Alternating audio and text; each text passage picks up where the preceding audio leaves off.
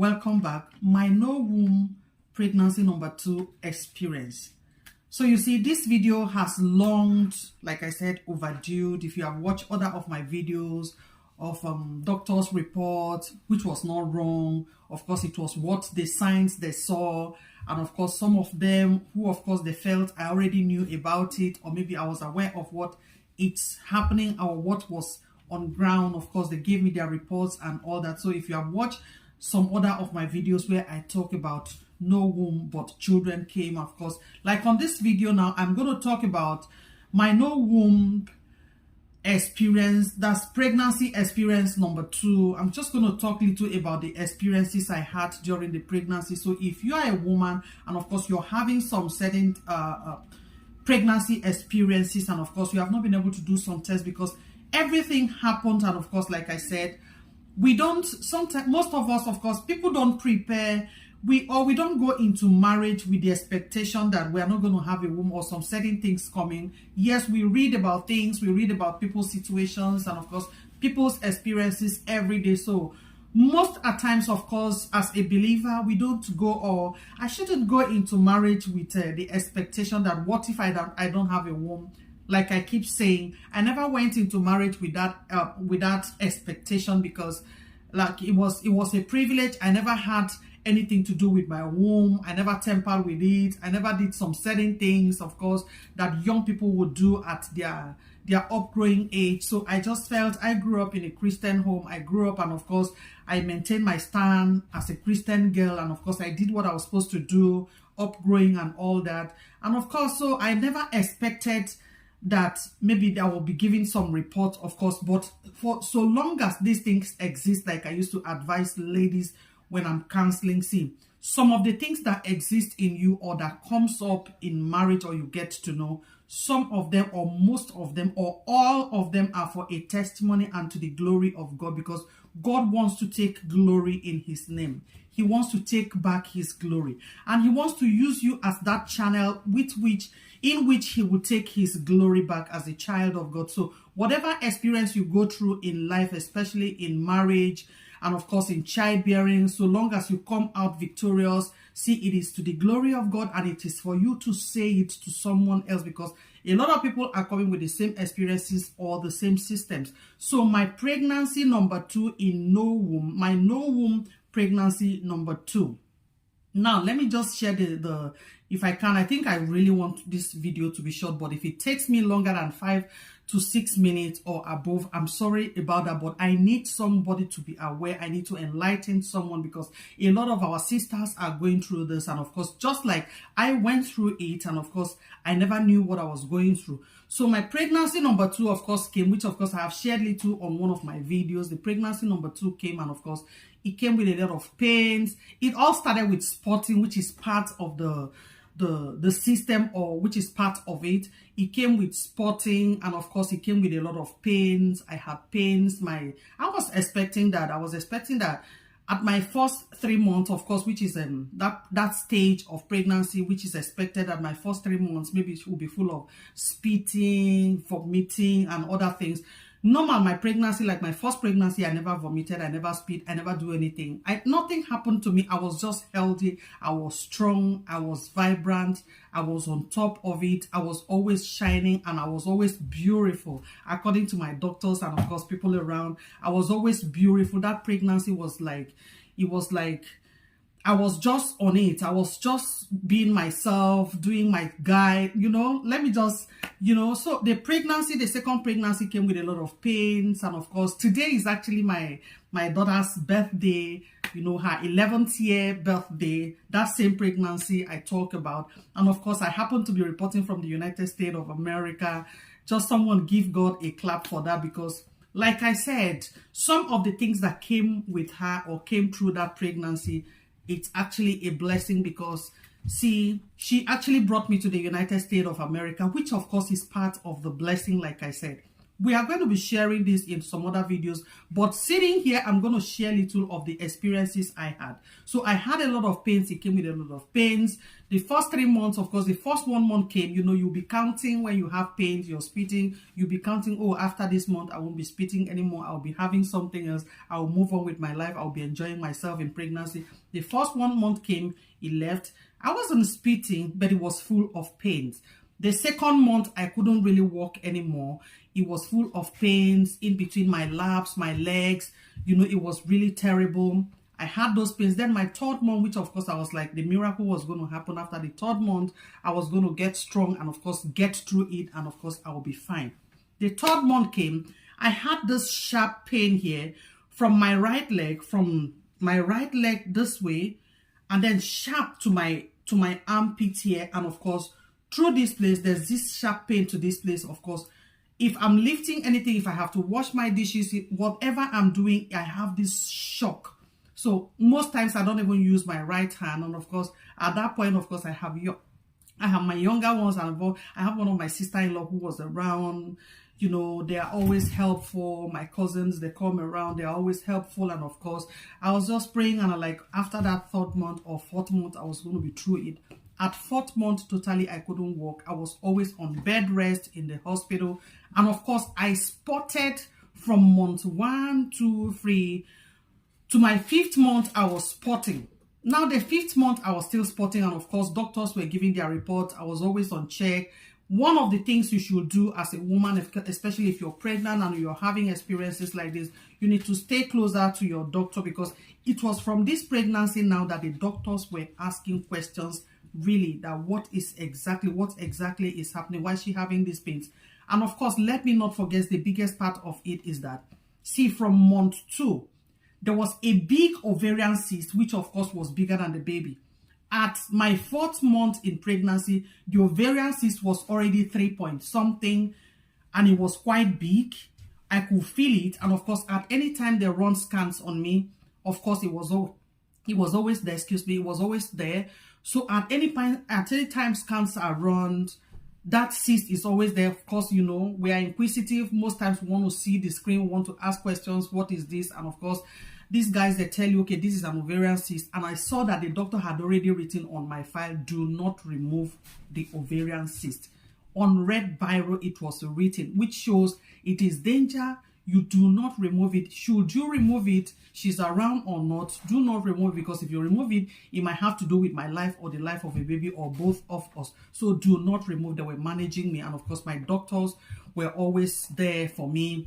I was always scanning. Almost every 1 week, I was scanning to know the position of the baby. This is an ovarian cyst that was bigger than the baby. The baby was on the other side, just fixed on a particular place. And of course, the baby wasn't really growing much, but the ovarian cyst kept on growing. At the tail end of my 4th month in that pregnancy, I started having some things pass out. Those things are not, okay, the first one, like I said, from my month 1 to my 5th month, it was like spotting, blood comes out, and at some point it became so dark, it became so reddish and whinish. You know, when the blood is so dark, you know, like something that has been under the sun for a long time, you understand if you're a woman when something that is not really, it's not what it's supposed to be. It's different from the normal blood we have as menstruation and all that. So now, at my 4th month, I started having these things that passes. Okay, in between, sometimes I have the normal red or whinish color of of what comes out of me as a woman. And of course, at the tail end of my 4th month, what comes out from my system is as dark as this. And of course, I was always wearing my pad. And of course, when it comes out, of course, the first time was the doctors asking what was the color, come around to the hospital, let's take the option from the hospital then. And of course, like, they wanted me to always be in the hospital, but because I feel lonely in the hospital, and of course, I have my son whom I need to check up on, and most times I just want to be quiet in the house, pray, just stay, study my Bible, read the Word of God. You know, in the hospital, you don't have that privilege of putting out what you want on the screen to watch. So most times I want to listen to messages, listen to women in pregnancies, their experiences, their breakthroughs, their victories in Jesus. So I needed to listen to music. I needed to listen to watch movies, testimonies like that online. So I needed to be at home to be able to, have this on my screen I watch, because in the hospital I might not have this privilege of, because it is controlled. The televisions in the rooms are controlled from a central source. So I won't have that privilege to be able to control and say, this is what I want. So most times I want to spend some time in the house from morning, maybe at night, which of course the night time is always a long time, which of course something might happen and I will need the doctor's attention. And of course, it might not be that easy, and I wouldn't want to be rushing at night. You know what it is? I wouldn't want my husband. My husband wasn't even in town then. He was not even in the country. He was far away in the US. As I'm sitting here in the US today, he was far away in the US, of course, working and all that. So I was back in Nigeria, all alone, of course, with some relatives around me, come and go, in-laws, cousins, and all that. So I never had the opportunity to be able to control. So I have to be in the house sometime at night. I come at evenings. I come back to the hospital. Most times the hospital vehicle takes me home. Whatever I want. The hospital was so nice. They were really nice. Of course, if you know me, of course, you know my hospital. I've always used one hospital all through my life. And of course, they have been nice to me and they have managed me well. So like I said, this video is going to be a little bit longer because I'm going to share some experiences I saw or I had. So now, those things were passing out. It was as dark as this. At the tail end of the 4th month, this is the experience I had. And of course, moving to the 5th month, it was already so big I couldn't walk. In between my legs anytime I place my leg on the floor, it shocks me. And of course, I was just praying and asking God for just that walk pass. God really stood. God was in it. And the doctors were awesome. So now I was bleeding. Sometimes I bleed. Other times these things they keep pouring out. So dark, I became scared. And of course, the doctors, they did their scan and they told me the ovarian cyst has busted. And of course, this is the only way it can go out. So those things were passing out for 3 months. From month 4, from the 4th month to 5th month. The 6th month, it was sometime in 2nd week of the 6th month that it stopped coming. But once in a while, I just see some stains when I urinate. I see some stains and all that. So now my experience, like I said, through all this, and of course, doctors started making some little inquiries. They sent me for scans, x-rays, some other things. Honestly, I am not in medicals, but a lot of things, a lot of tests were carried out. If you know Prisms, other places, clinics, number 50 Ogunlano Drive, I went to places at Papa. I did tests, and of course, on my own, I normally sneak out to do some scans, some tests to really know what is happening. Like the first doctors told me, there's no womb in the first place. That was not their fault. That is because the doctors that managed me then, and of course the ones I went to do this test, the first one I went to do the test wasn't my doctor, but it was just a hospital. Normally I just go for checkup because it's around my office. So sometime when I feel like checking myself on 1 or 2 things, I feel they are good, I just go there. So they gave me their report, there was no womb, which of course was not their fault, because in their field of studies they have had cases like that, and of course they were not successful in pregnancies. Because I have 2 things clashing right here, which we are going to share in one other videos. I'm going to do that video. I'm going to try to make sure I do a lot of videos on that to enlighten women out there. So, like I said, sometimes they tell you this because they wouldn't want to waste your time. They want you to go. If you believe in God, they feel the fact that God allows you to get married and you're already in marriage, and of course He has seen you through, you even got pregnant, or maybe there was a first one, a second one, which was not up to 10, which is part of the system, or is part of what happens with people with a system like mine. So my in between, I lost some pregnancies from my first son to my second child, which of course the second pregnancy, which we are talking about now, I lost like 3 pregnancies. The last one I wasn't too sure.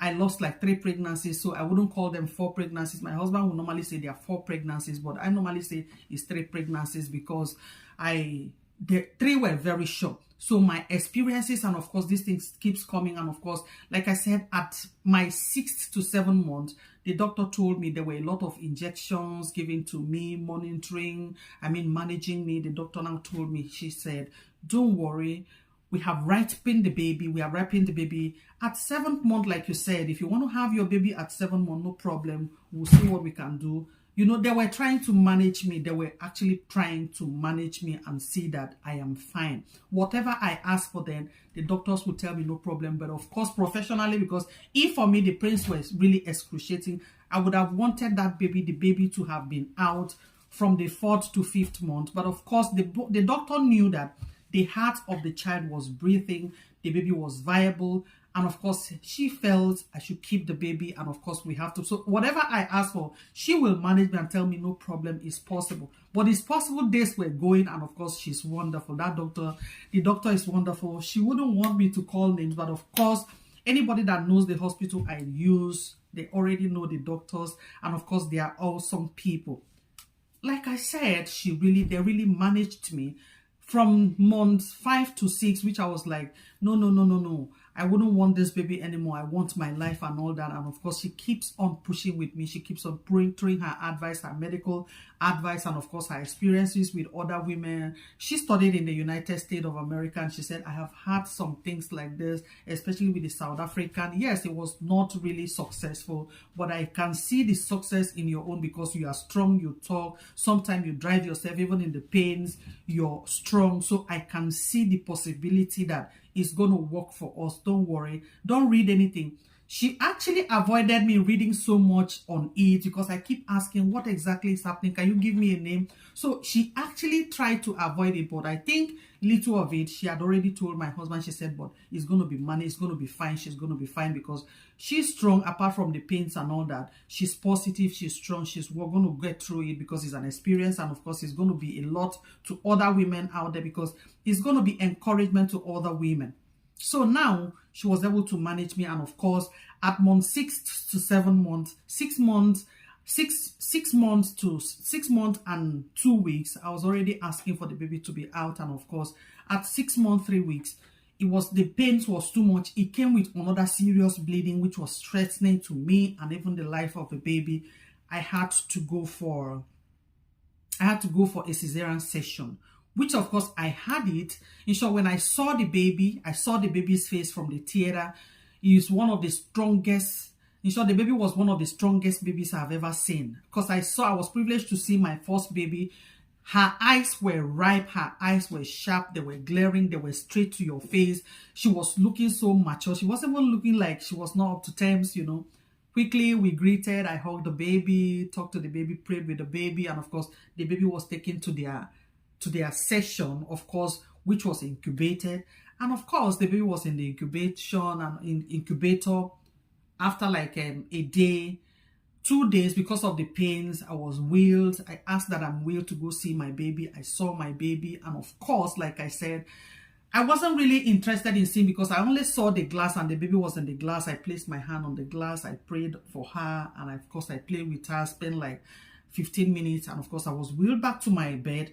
And of course, the next day again, I went back again to see the baby. I asked that the baby is brought out. And of course, the nurse that was on duty asked that I can actually hug my baby and touch my baby. And of course, there are some things the doctor told me that I was going to see on the baby. I said, yes, she actually mentioned this from the 3rd month of the baby. From the 2nd, 3rd month of the baby, she already said the baby, she kept on saying the baby is actually in one position. The ovarian cyst is in one position. But of course, something is going to be done. And once in a while, she tells me the baby might come with some stains, maybe some blood stains. She's a very good doctor because if she has told me I was going to see what I saw on the 3rd day that I went to see the baby, I wouldn't have accepted it. Maybe I would have asked that the baby is taken out of me. And of course, but it's part of the testimony, it's part of the journey. Because a lot of women are having this now. So now the testimony, like I said, so now I was kind of, when the nurse started, of course, she mentioned, the doctor had already told you there are some things the baby might come with. And of course, it can be worked. It's something that can be worked on and all that. The doctor mentioned it to you. I said, yes. She now said, okay, you can hug your baby. Why don't you touch your baby? Get to know more about your baby. Open her up. She brought the baby. I accepted she brought the baby. And of course, she opened the baby. Lo and behold, what I saw. The baby's legs were folded to her private part. It was one of the terrible experiences I've ever had in my life. I was broken. I was shattered. I was disappointed. And then I didn't know what happened. I passed out. And of course, the next thing I saw was that I was upstairs on my bed. The doctors came. I was on drip. She was talking to me. She says it's normal. It's just club food. They can walk on it. She kept on talking to me, and I was crying. I tried to talk to my husband. My husband said, no, it's okay. It's something that can be worked on. This is the journey. The testimony of those club food brought me to the United States of America today.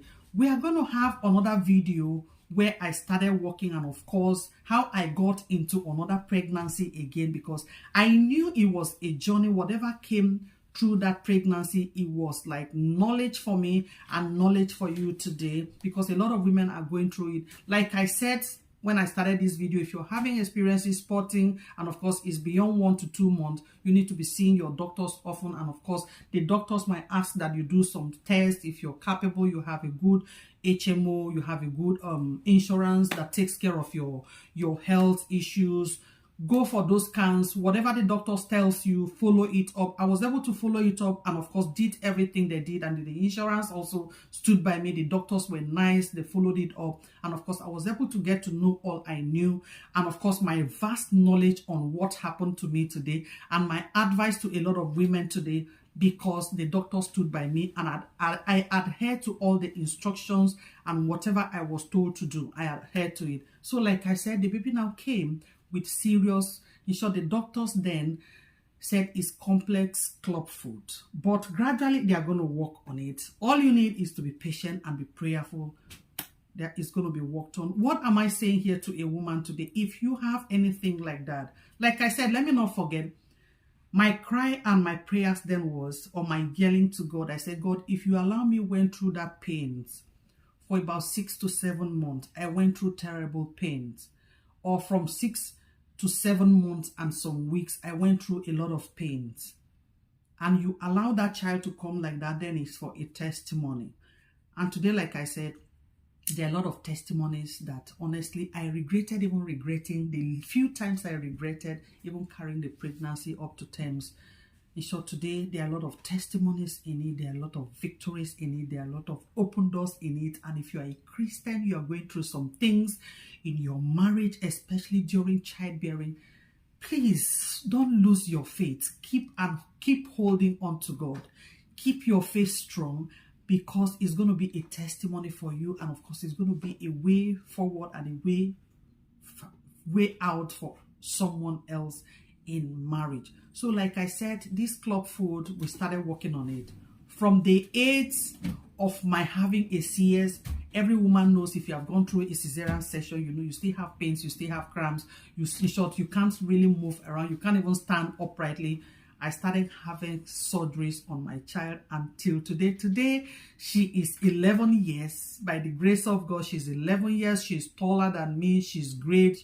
She's awesome. She's the best thing that has ever happened in my life, because she has given me a lot of breakthroughs. She has given me a lot of open doors. She has been a great blessing. But like I said, you have to realize that the pain then will be again. And you keep trusting in God, and you keep your faith in God, and you keep your prayers altered strong. Because without that prayers and faith in God, at some point you will feel like you want to give up. But I kept on holding on to God, and today is a testimony. Our next video will talk about how it all happened and how I got myself to the United States of America. And of course, at the tail end, before my last pregnancy or my third pregnancy, the discoveries, because after after giving birth to my child, the doctors required or requested I start running, in short, for the first 6 months, after 6 months after my childbearing, she came. For 6 months, I was running different tests on my own. I was spending money. I was going to hospitals. I started reading online on the little I have heard the doctors have shared with me. I went to this same thing, this same test and all that took me to Idiaraba, that's Lutz. And of course, the doctor said, I mean, there's no woman, there's not really something big, my sister. This is the doctor's words to me. She said, in my experience as a doctor, someone with this kind of systems, he said systems, it is difficult. It's not difficult for God. You can get pregnant, you can have children, but it is difficult, especially when you have the two coming together. It is difficult for you to really get pregnant and, of course, keep the baby up to terms. But if you're telling us that you have 2 children already, then please take your file. You are a miracle. You are a testimony to other women. A lot of women sitting outside there, they don't even have what you have. Or others have what you have. Others don't even have. Others have the real one God has created them with, but they are looking for children they can't even get. But you have this, not only one of the most difficult one, you have 2 difficult things coming together and clashing here. And you successfully have 2 children existing. Then go back to your doctor, because we already have the study of this. This is it. And he brought a file and I saw exactly the scan and everything, the x-rays I came with. I saw everything. He said the only thing they did here, because we doctors, we have a way of having a study, especially we want to study about things to encourage others. I don't know how that works. I am not a doctor. I might not say it all. I mean, I might not say it well here, but of course he brought it and said, this is exactly what you came with. And of course, I don't know if this is for you because there's no name. This might not be for you. This might be for someone else, but it looks exactly with the numbers and everything. I am saying congratulations to you, madam. Please go out there and be a voice to other women, to encourage them and tell them it is possible. There's nothing God cannot do. He looked at me and said, what did I say? Go out there and be a minister to other women. And of course, tell them there is nothing God cannot do. Because if you have this, then God can do anything. So I am encouraging you to go out there and tell other women, because we have a lot of, because normally, you know, when you're seeing a gynecologist, especially in Luth, it's a day you have to go there and spend a whole day. There were a lot of women, more than 300 women coming for, some were coming for childbearing, some were coming to take in, some were coming for their pills, some were coming for different things. You understand, if you're a woman, you understand what I mean. When women are in search of pregnancies, you know, waiting mother, some other things, women with complications and all that, during childbearing, after childbearing, trying to get pregnant, you know what I mean. So he just told me, he said, take your test result. He handed them over to me and said, please go back to the doctor that has managed you this well and tell that doctor that I said congratulations to you and her, because she has done so well in her field and this is big for medicals. So go back to her. And of course, like I said, I'm going to end this video here. We're going to talk about how I got pregnant for the pregnancies I lost again before my last baby, who is also 7 years right now. She clocked 7 years yesterday, and Doreen clocked 11 years today. And of course, it's all on a journey. I don't know what you're going through as a woman right now. I don't know how your experience is in pregnancy. This video has been long, but I encourage you to go through your pregnancies with faith. Go through whatever you're going through with faith. Don't leave the place of God. Trusting God strongly. It is a miracle for you. It's going to be a testimony for you. It's going to be a way out for other women. God bless you. And of course, I hope to see you soon in another video. I'm so sorry this video is really long, but it has to be this long because the experiences I saw in the pregnancy, my trust in God, my faith in God, and of course the things I saw, which of course will be encouraging to other women. Don't forget to stick to your God. Don't forget to keep your faith. Don't forget to adhere to all instructions the doctors will tell you. If you're asked to be on bed rest, you have to be on bed rest, because a lot of miserable things or horrible things that happen to women, bleeding, of course you hear bleeding to death, is when you're not stick to what the doctors say. You don't adhere to what the doctors say, and you're not on bed rest like they will tell you to be on bed rest, because they must have seen some things that, yes, there are things they have seen in the field of medicals, but this is your system. And of course they tell you, they give you advice. If you can adhere to their advice and of course keep to your faith and of course be decent about whatever you do, you'll be fine and you'll go through it and you'll be successful. So I'm going to see you in my next video. The sharing of this video is important because it's going to help other women to learn about pregnancies with the kind of system I later discovered I had, because the doctor I saw in Luth said with the systems, He said with the kind of systems you have. So he saw the test. There were up to like 18 different tests I took there. So he was able to see all of them. And of course, he said with the kind of systems you have, it then means there are more than one that came together, which of course came about this whole story. God bless you, and I'll see you again. And I wish you well if you're a woman in pregnancy or going into marriage, or you're seeking for pregnancies, you're having loss of pregnancies. I wish you well. This might be one of the things that is happening to you. Stick to your doctors, adhere to all the tests and results they are going to ask for. Do what they ask you to do, and of course, don't forget the place of prayers and do it well. God is going to see you through. God bless you. I'll see you in my other video where I'm going to talk about the pregnancies I lost before my third pregnancy, the test I did, and of course, my findings, why I still have to, with those systems in me, why I still have to go for a third pregnancy. Was I trying to test God? Was I just trying to have a testimony? Was I just trying to say, be stubborn about it? I was trusting God, and I needed God to do it in his own way and to do it well, so I can have a voice to encourage someone out there today. God bless you. Your thumbs up is welcome, and of course your comment is welcome, because to help me to answer your questions, especially during this pregnancy system, the stress, the victories, and everything. Your comments will help me to really say something to help you and help any other woman on this street of Instagram, I don't know, on YouTube. This is actually YouTube. This video is going to be posted on YouTube, but of course, any clip of it that is found anywhere, please, your comment will help me to do something for someone else. Your questioning, your sharing will encourage someone. But in all, I won't forget, God was faithful, and of course, he did all he did because he needed his name to be glorified. Yes, he needed his name to be blessed. God bless you, and I'll see you in my next video. God bless you. From here is love, and I remain your Ed Moses on the True Ways relationship with God and man. From here.